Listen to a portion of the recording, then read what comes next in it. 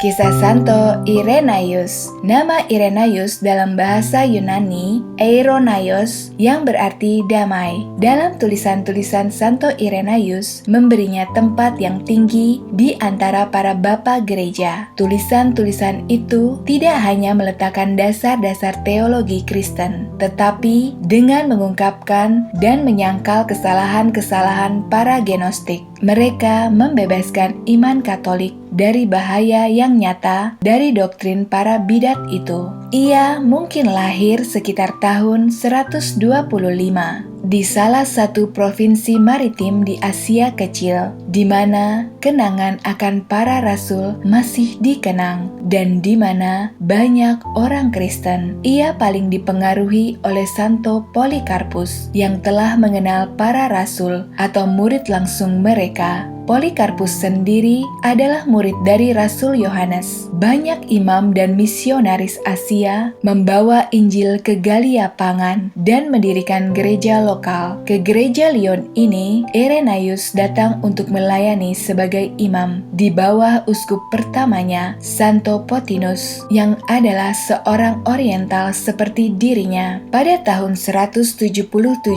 Irenaeus dikirim ke Roma. Misi ini menjelaskan bagaimana ia tidak dipanggil untuk ikut ambil bagian dalam kemartiran Santo Photinus selama penganiayaan yang mengerikan di Lyons. Ketika ia kembali ke Lyons untuk menduduki keuskupan yang kosong, pada saat ini penganiayaan telah berakhir. Itu adalah penyebaran Gnosticisme di Gaul dan kerusakan yang terjadi di antara orang-orang Kristen dan di keuskupannya, yang mengilhaminya untuk melakukan tugas mengungkap kesalahannya. Ia menghasilkan sebuah risalah dalam 5 buku di mana ia menetapkan sepenuhnya doktrin batin dari berbagai sekte, kemudian membandingkannya dengan ajaran para rasul dan teks kitab suci. Karyanya yang ditulis dalam bahasa Yunani kemudian dengan cepat diterjemahkan dalam bahasa Latin, diedarkan secara luas dan berhasil memberikan pukulan mematikan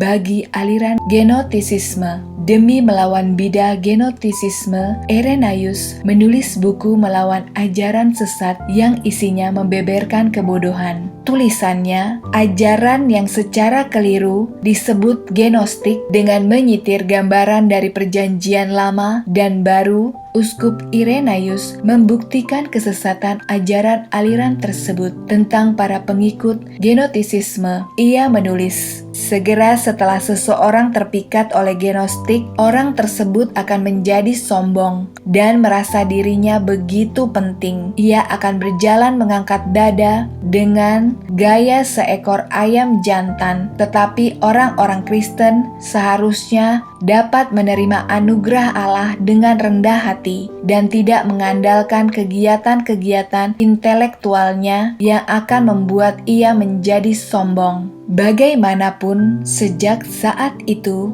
ia tidak lagi memberikan ancaman serius bagi iman Katolik. Tanggal kematian dari Santo Irenaeus tidak diketahui, tetapi diyakini pada tahun 202.